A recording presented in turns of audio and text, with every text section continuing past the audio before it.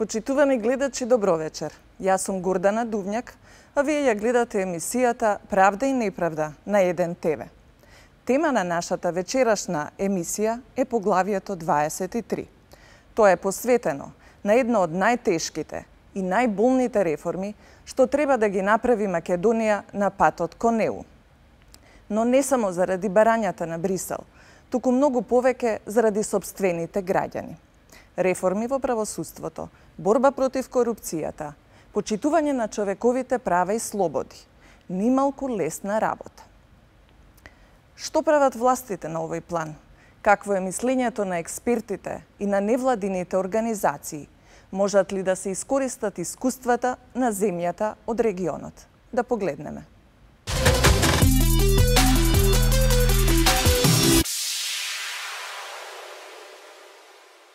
Поглавие 23. Пандорина кутија или клуч за добро владење. Вака гласеше провокативниот наслов на завршната конференција на мрежата 23+. Се одржа во вторникот во големата сала на скопскиот хотел Holiday Inn. Близу 30 излагачи, поделени во 4 сесии, учествуваа на конференцијата организирана од Институтот за европска политика и Хелсиншкиот комитет. Агендата беше амбициозна и набиена. Конференцијата почна во 9 часот и траеше до доцните попладневни часови. Овој импозантен собир го следеа и во него учествуваа представници на извршната и судската власт, домашни и странски експерти, како и голем број невладини организации.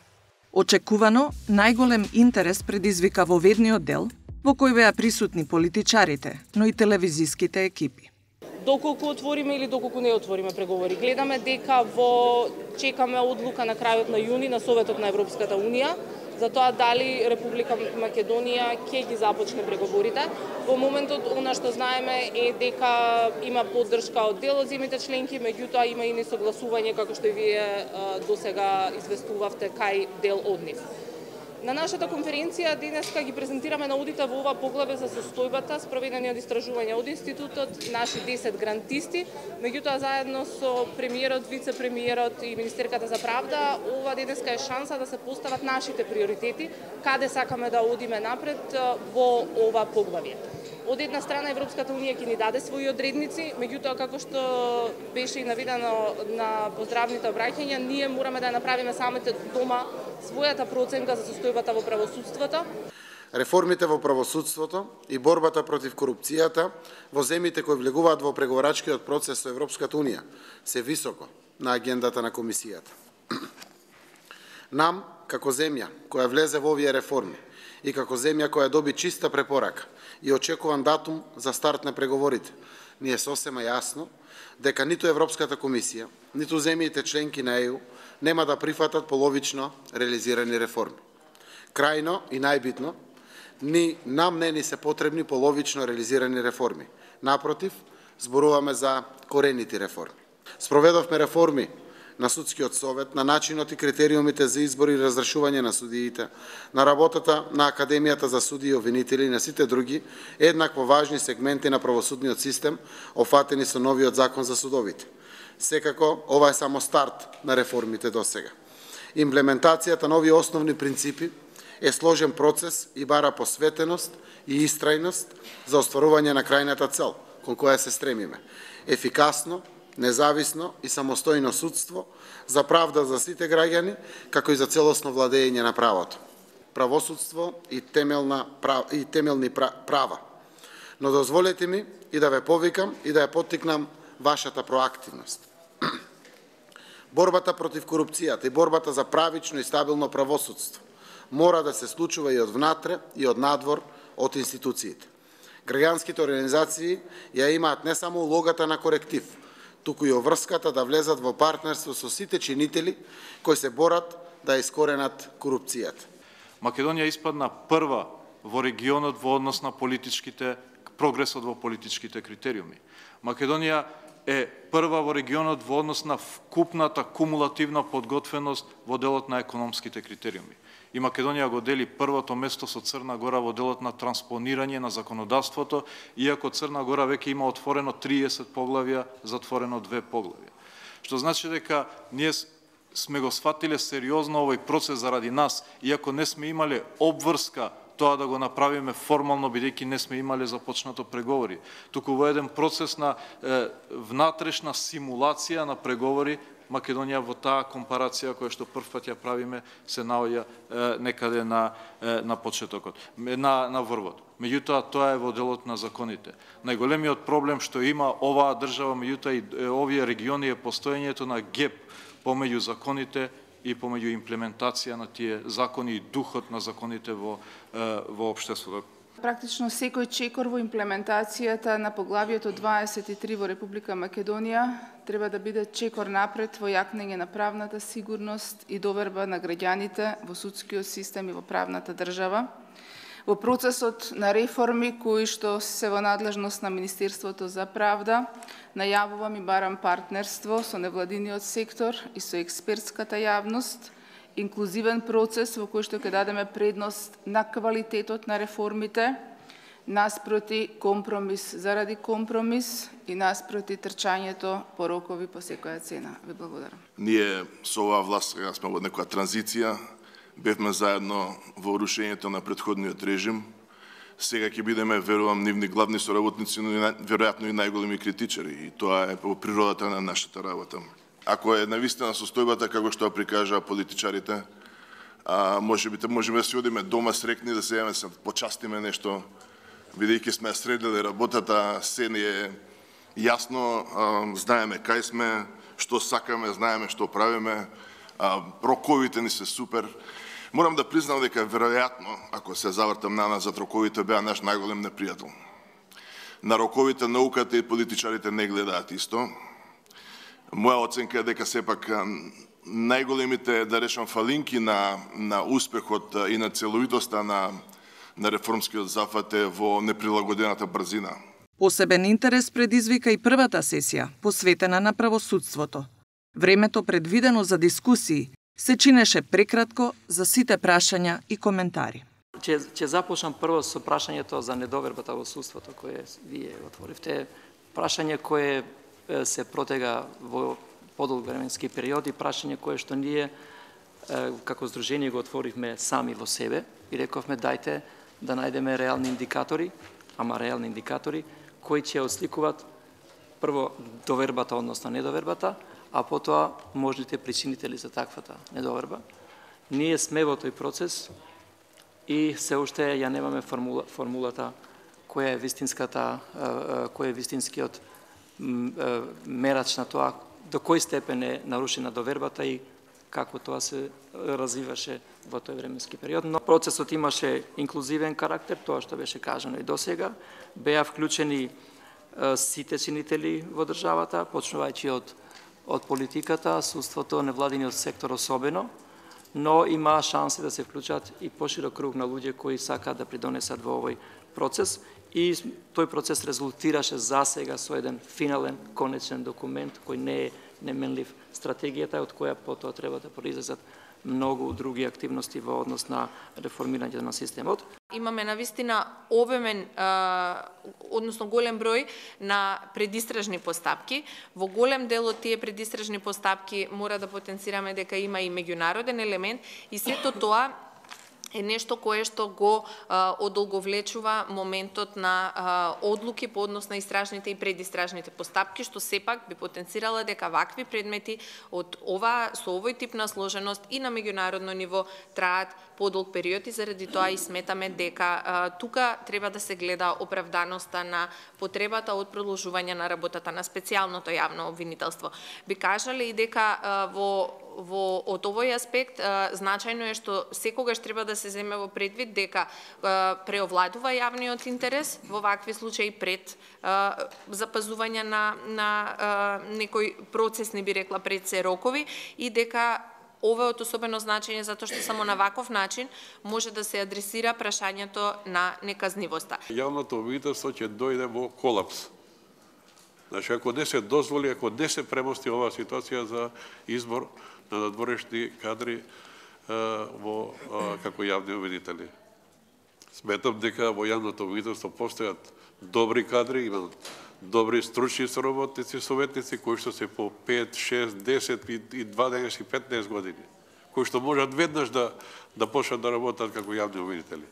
Сигурен сум дека тоа го има и во судовите. Реков дека стратегијата е добра, лоцирани се сите проблеми, и тоа мора да кажеме дека најбитно од се ќе биде имплементацијата на овие одредби, односно донесување на закон и нивна имплементација. Нормално мора да за ова се има и одредена финансиска конструкција. Без тоа нема ништо. За жал, изминатиот временски период се покажа дека и покрај фрлената рака од страна на сите клучни актери во Република Македонија, судството остана анемично, затворено, чувство на страв од проблеми, за разлика на комоцијата и комодитетот кој што секој судија поединечно го уживаше во Република Македонија.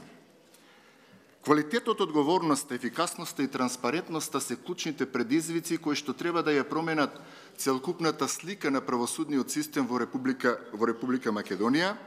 И од оваа страна, она што го напомена председателот на Сдруженијето, недвосмислено укажува дека инклузивноста и создавањето на критичната маса е клучниот предизвик на промените преку неминовноста за трансформација на човечките ресурси, односно на интелектуалните капацитети кои што работат во судството. Не сум поборник, да бидам искрен, на чести менување на законските решенија, па и носењето на постојани стратегии, бидејќи стратегијата ви е само еден патоказ, дали вие ќе свртите лево или десно, ќе дадете жмигавец во лево, а ќе одите во десно, тоа зависи нели од стручните и професионалните квалитети на поединците. Меѓутоа, она што е клучот е колку самите членители од внатре во судството се способни да ги предизвикаат проблемите. Значи, ќе се осврнам на три елементи како најбитни кои што би ги издвоила за функционално судство, а тоа се независноста, непристрасноста и нормално транспарентноста на правосудството.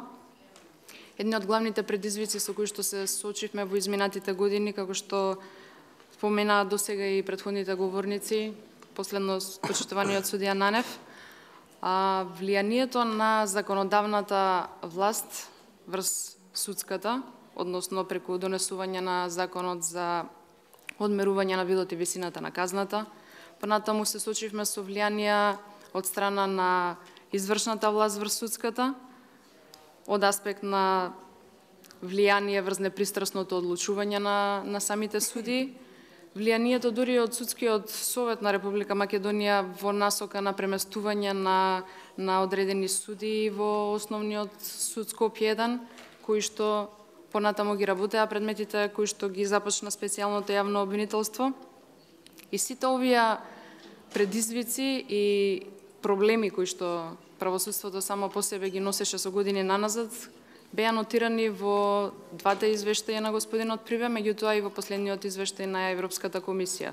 Информациите кои што ги добивме од истражувањето велат дека во 2012 година планираните средства за судска власт биле на ниво од 0,3763, односно 0,37% од бруто домашниот производ, за во 2016 година да паднат на 0,3%. Односно, забележувате дека наместо процентот од бруто домашниот производ да расте, тој останува ист во текот на анализираните години, односно благо и опаѓа. Структурата на расходите е исто така многу интересна. Ќе забележиме дека најголем дел од средствата наменети за судската власт, односно преку над 82% одат за плати и надоместоци, додека 14,81% одат за стоки и услуги. Се останато спаѓа во останатите околу 2,5%. Судскиот совет знаеме дека е на некој начин капа на сите работи што се работи во судството во смисла на изборите, реизборите и така натаму. И лично моје гледање, не кажувам во име на никој, исклучува во лично моје име, дека последните 2-3 години судството преку Судскиот совет на некој начин изгуби огромен еден сегмент довербата. Посебно ќе се осврнам со една реченица на последните избори, каде што буквално се презентираа сите кандидати за председател на апелационите судови со имиња, презимиња, функции, нивните CV и така натаму, за на крај да се заврши со еден збор.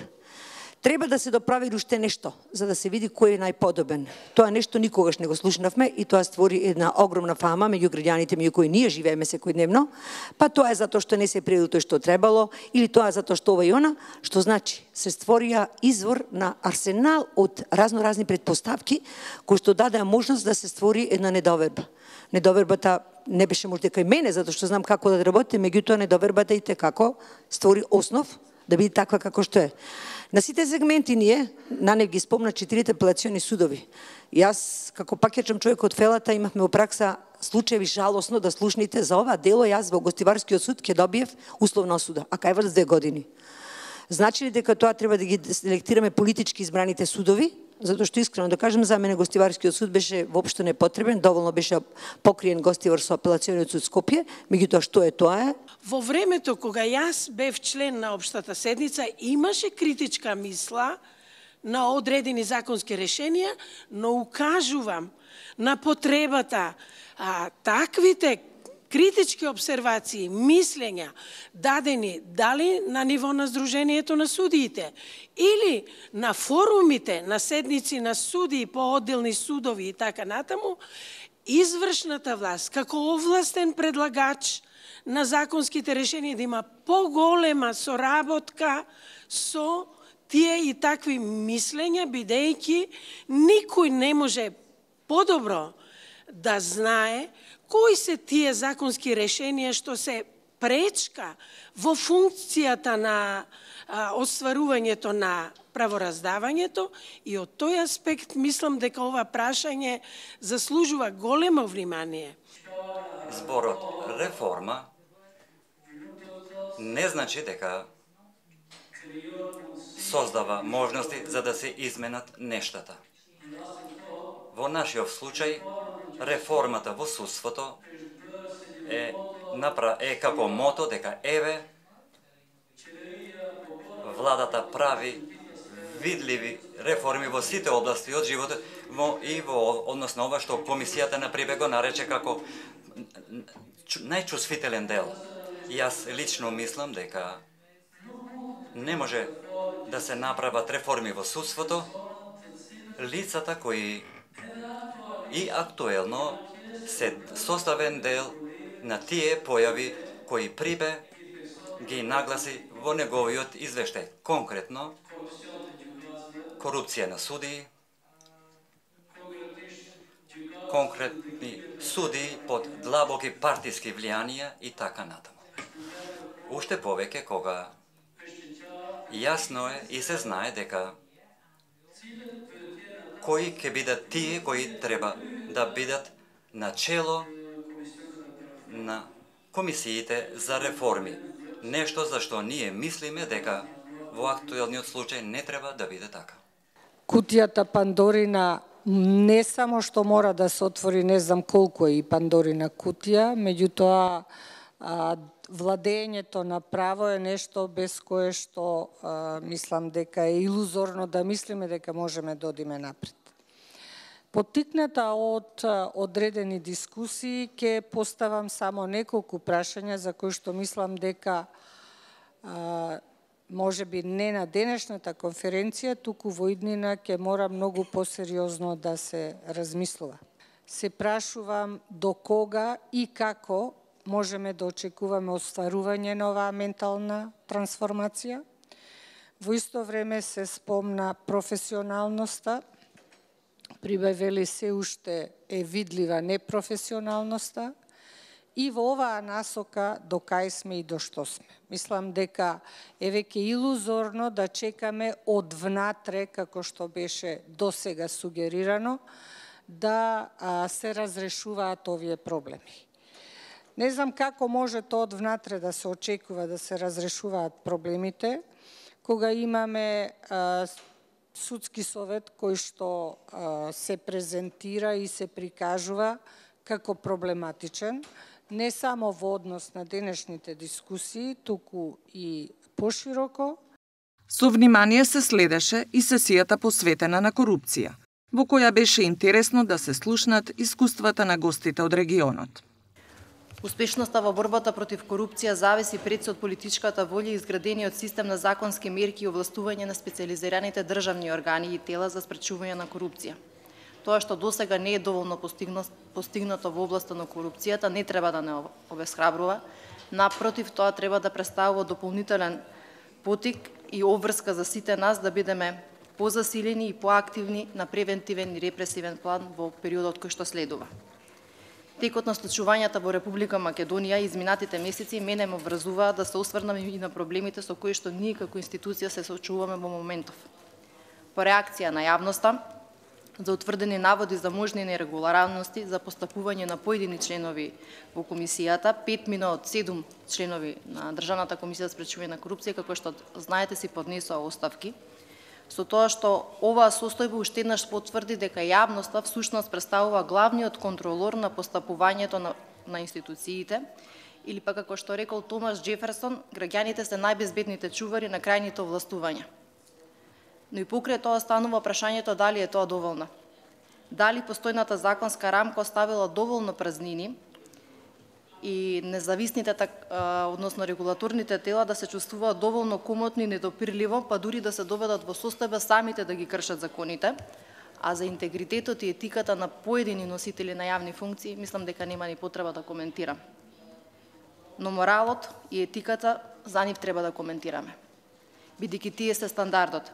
Тие треба да бидат основа и основниот патоказ. Анкетата беше спроведена во 2016 година, значи пред година и пол.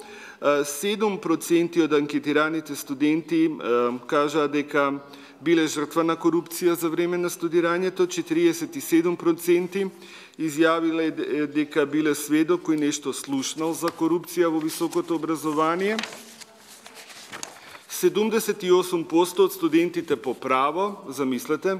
На почетку морам речи да е заиста тешко говорите из перспектива. На почетокот морам да кажам дека е навистина тешко да се зборува од перспектива на некој кој доаѓа од земја која често се нарекува лидер во регионот во процесот на европските интеграции и да се покаже зошто ние од невладиниот сектор и конкретно институтот Алтернатива не сметаме дека нашата земја заслужила таква титула и да зборува за тоа кои се примерите на кои тоа лидерство се огледува.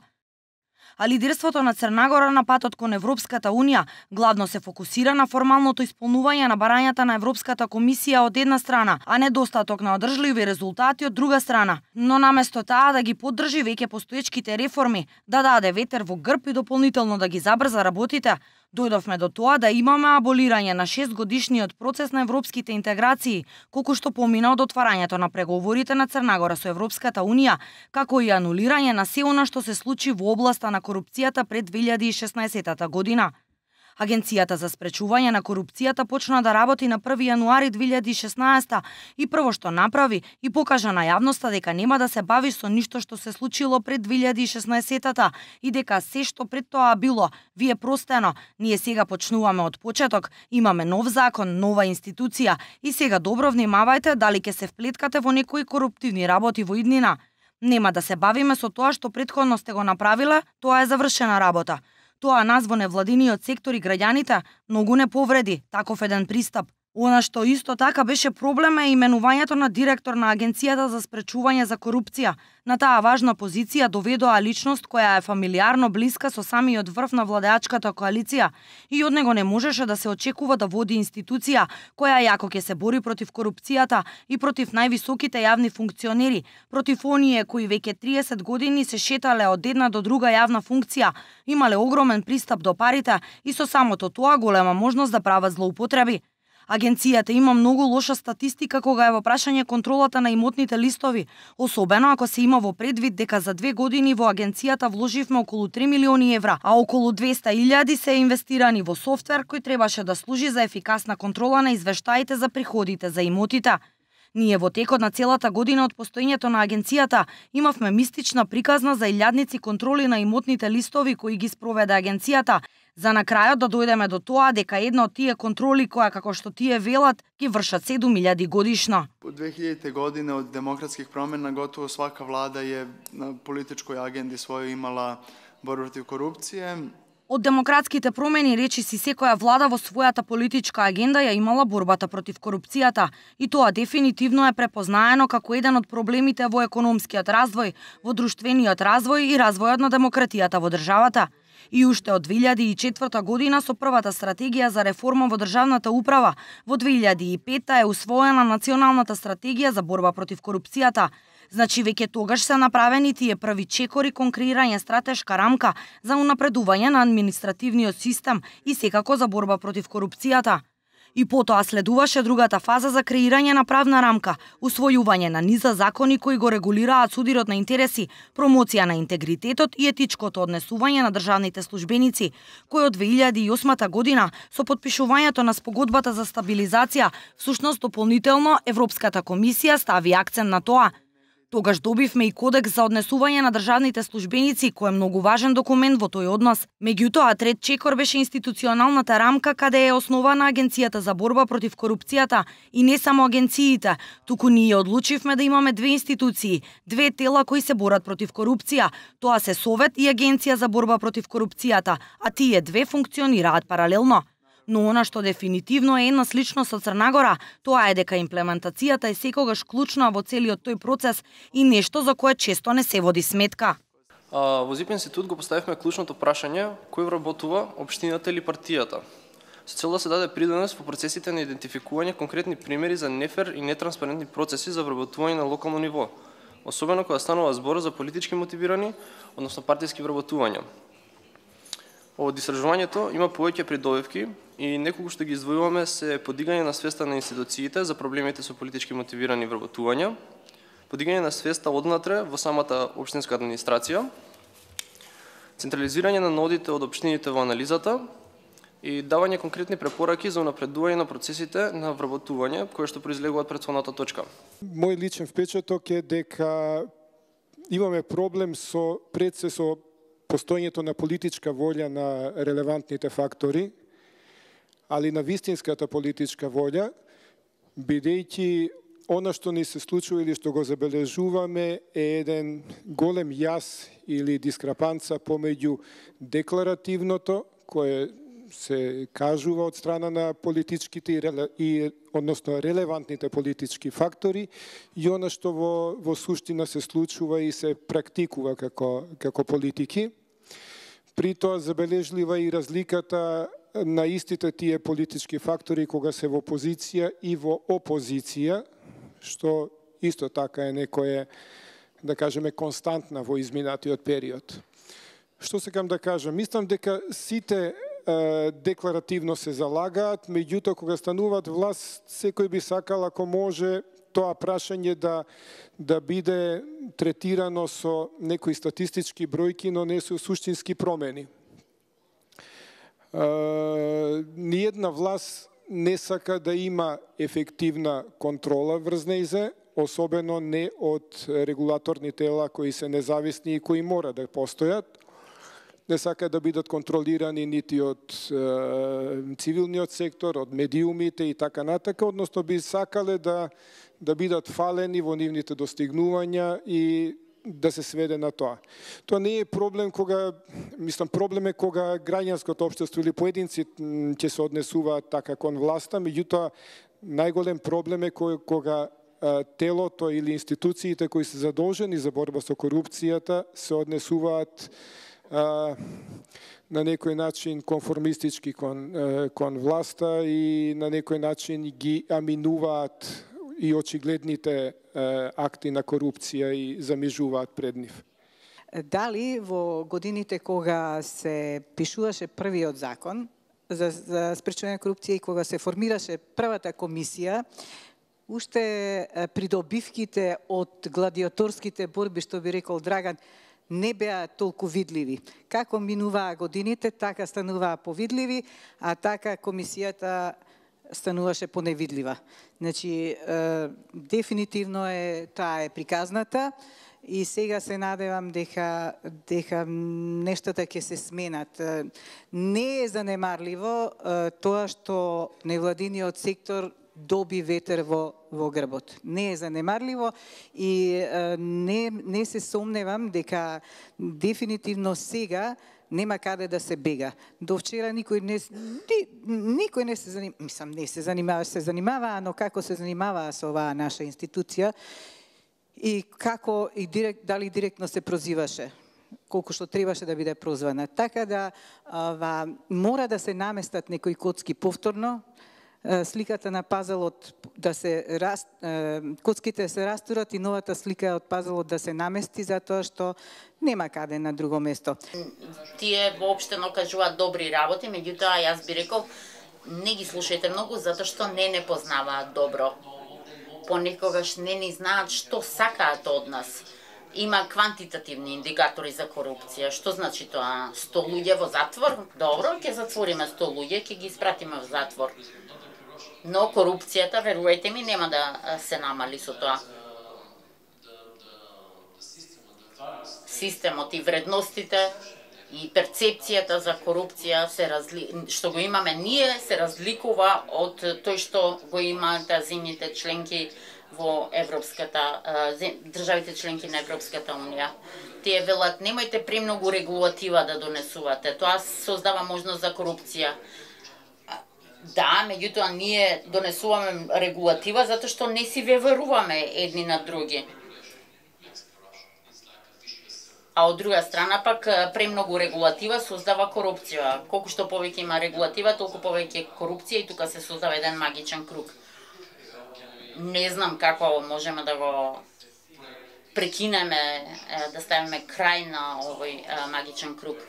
Во третата сесија, посветена на темелните права, организаторите се потрудија да донесат релевантни соговорници на темата, која заслужува да и биде посветена и цела конференција.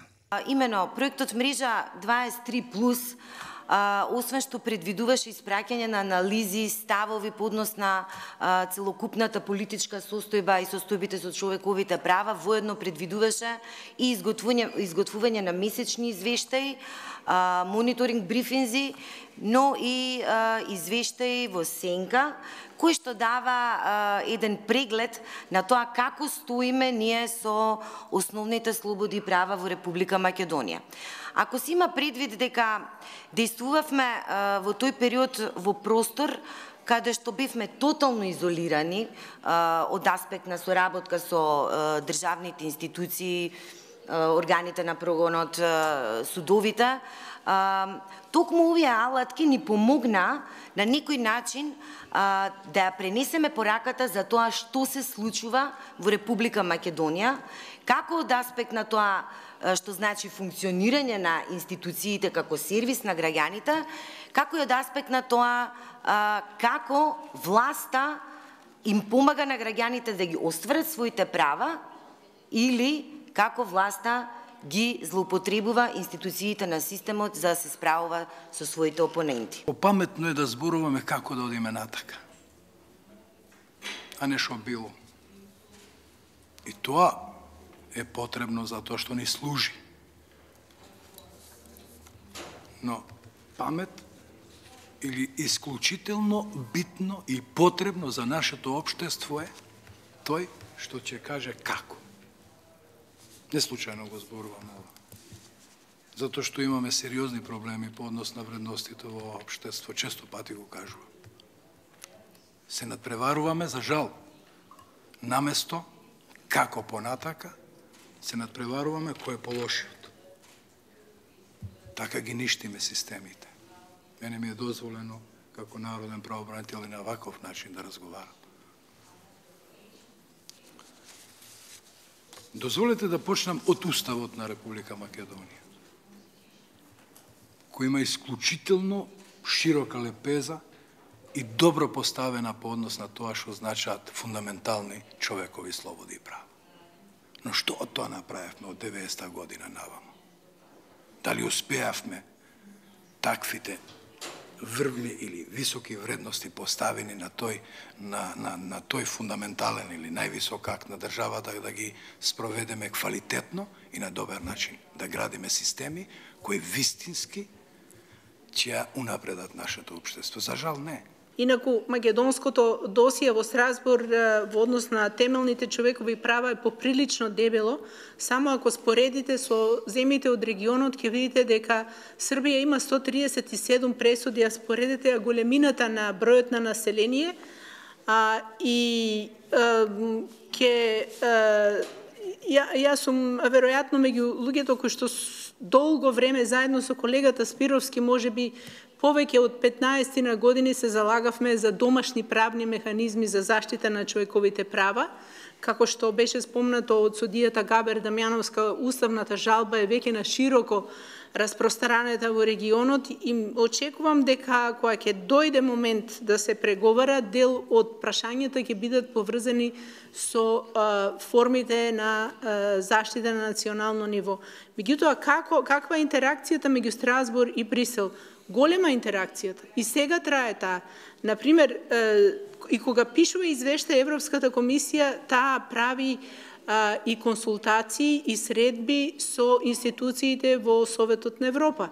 Затоа што, како што знаете, таму судот го има, така да кажам, последниот збор во однос на судските системи, административните системи во земјите, но постојат и голем број на тела кои што и самиот суд, чии извештаи и самиот суд ги користи, како што е Комитетот за превенција од тортура, понатаму ЕКРИ или мислењата на Венецијанска комисија, па неретко ќе видите во пресудите како судот реферира на сите тие тела. Истото го прави и Европската комисија, со таа разлика што Европската комисија, кога прави извештај во однос на темелните права, многу темелно ги анализира пресудите кои што се однесуваат на конкретната земја.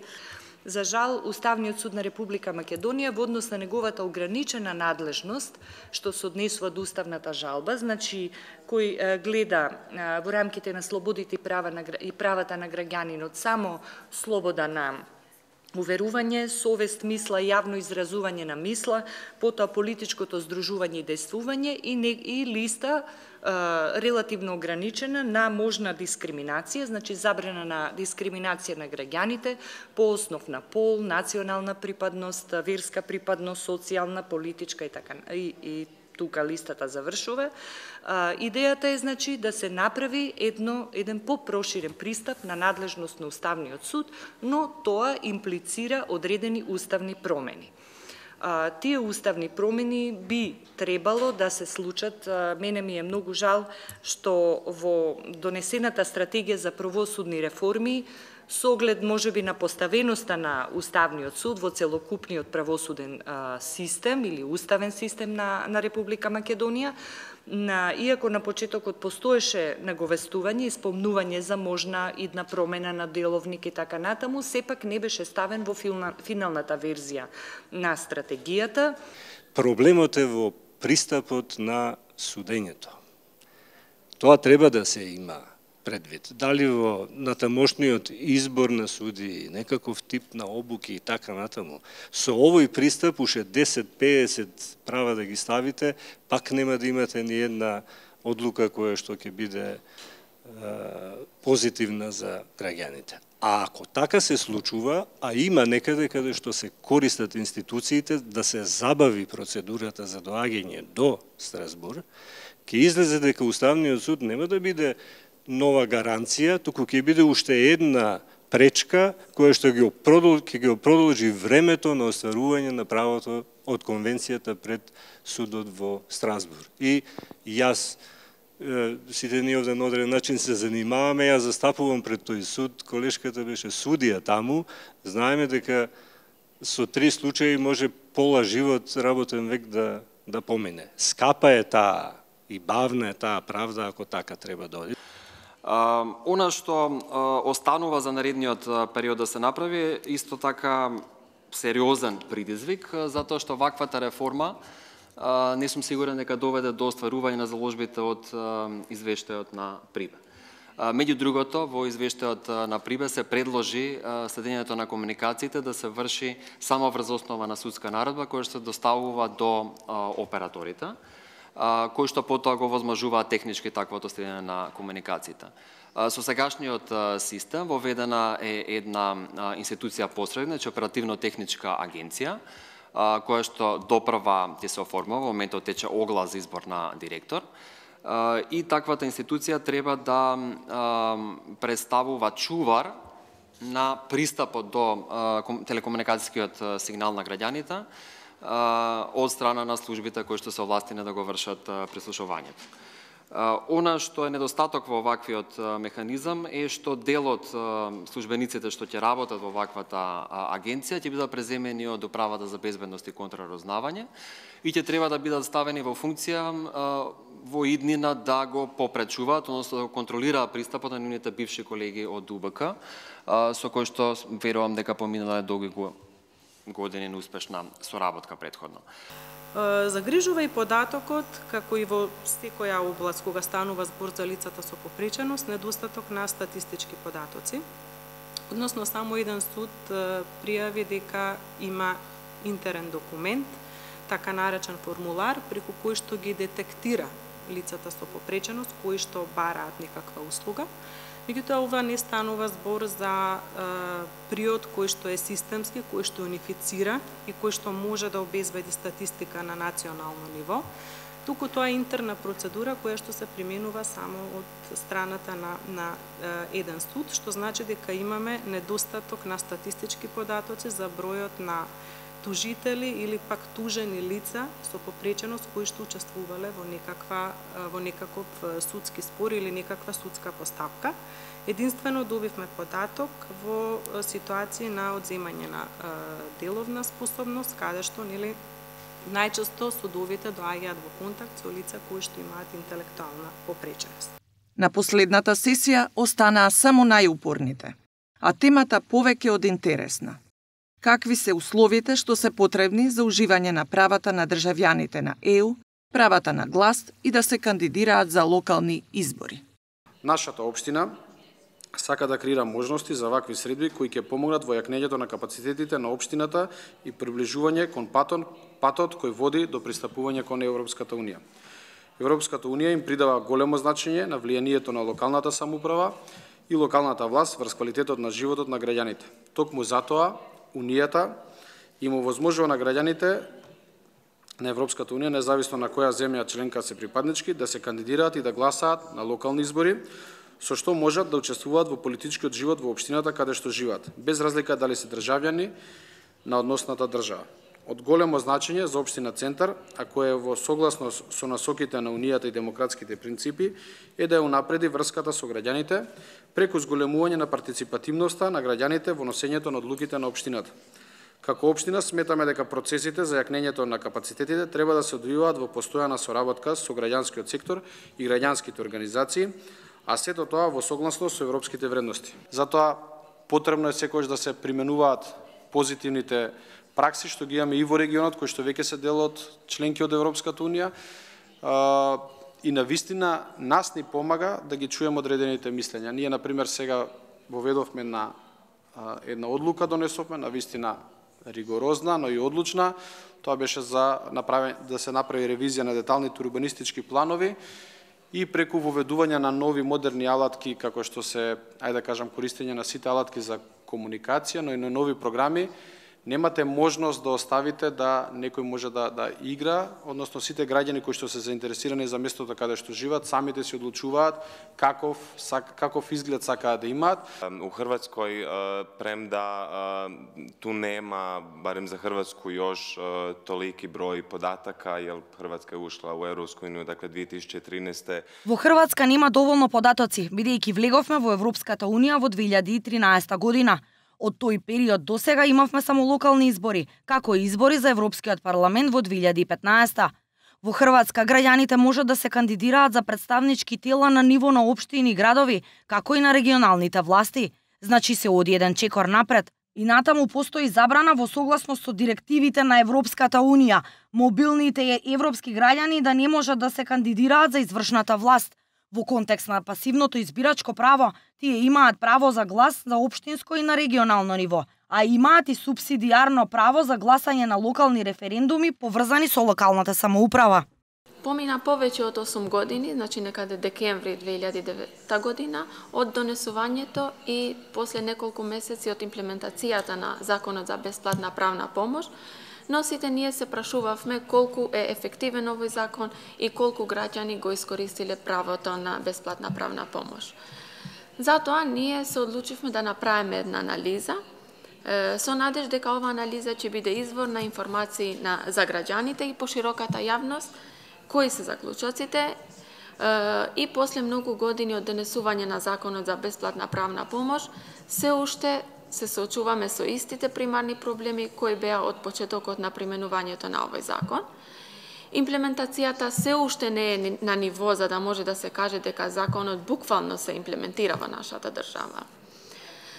Заклучоците што се однесуваат на примената на Законот за бесплатна правна помош се после 8 и повеќе од 8 години по донесување на овој закон, се уште бројот на барањата не достигнале ниту 1000 во текот на овој период. Значи, во едно општество во кое 25% од населението не е вработено и се социјални случаеви.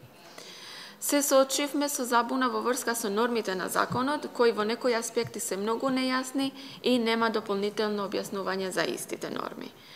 Барањата, кои и така се во многу мал број, повеќето од нив се одбиваат од различни, но понекогаш и неосновани причини.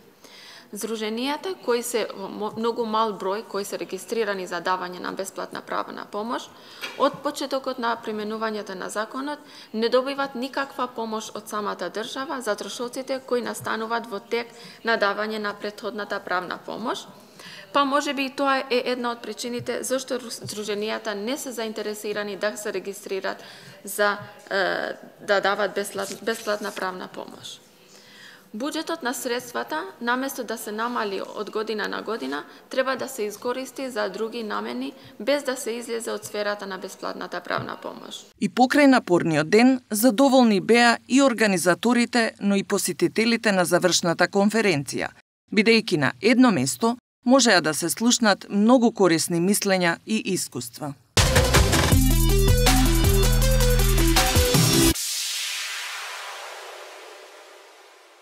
Тоа беше се за вечерва. Ви благодарам за вниманието со кое што не следевте.